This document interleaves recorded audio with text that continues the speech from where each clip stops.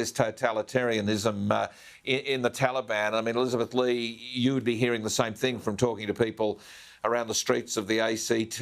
We've seen the cricket that's been cancelled now by Australian Cricket Australia, which I thought was good. The other week I raised the fact how they're going to raise the Islamic Emirate flag in Hobart. How's that going to look? Well, it's not going to happen. Now, they're standing up for women in Afghanistan. That's a good thing. But this is a potentially nasty regime and relationship with Beijing that could put a lot of pressure on Australia and countries like us.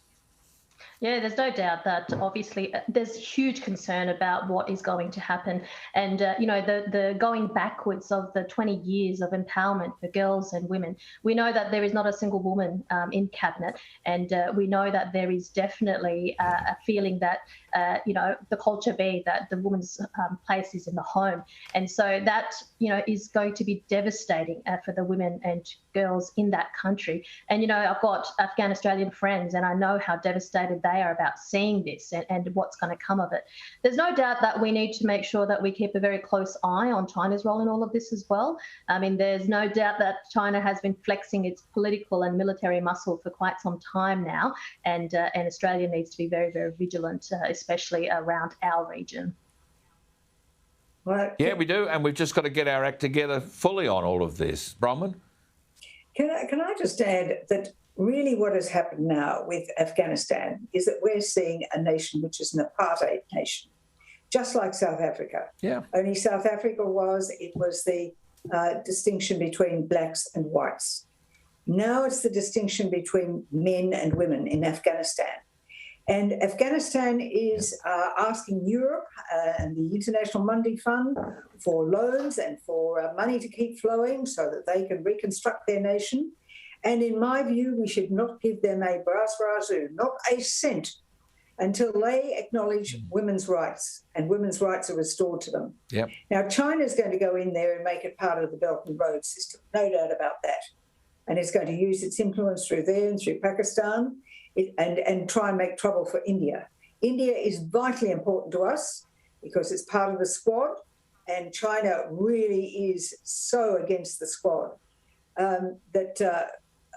I'm sorry, the Quad. I'm mixing it up with the Squad over in the United States. Not the Squad, yes, but I got what you meant, yes.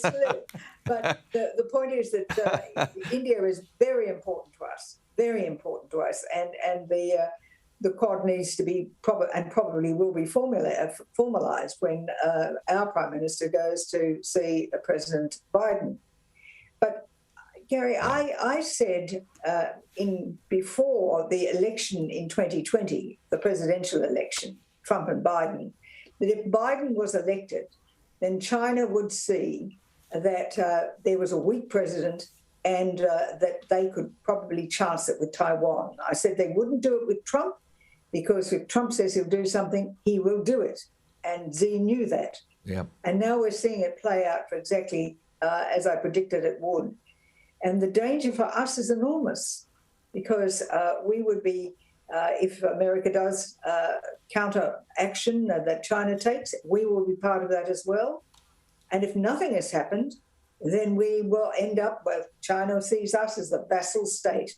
And if I suppose we've been practicing, haven't we, losing our rights under the pandemic, the Chinese gift that gave the world.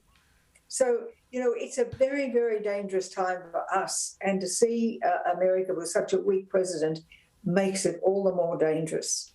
But we have to take a strong stand. We cannot tolerate the thought that aid money would be given to the Taliban while they are absolutely sending women into slavery. And that's what they're doing.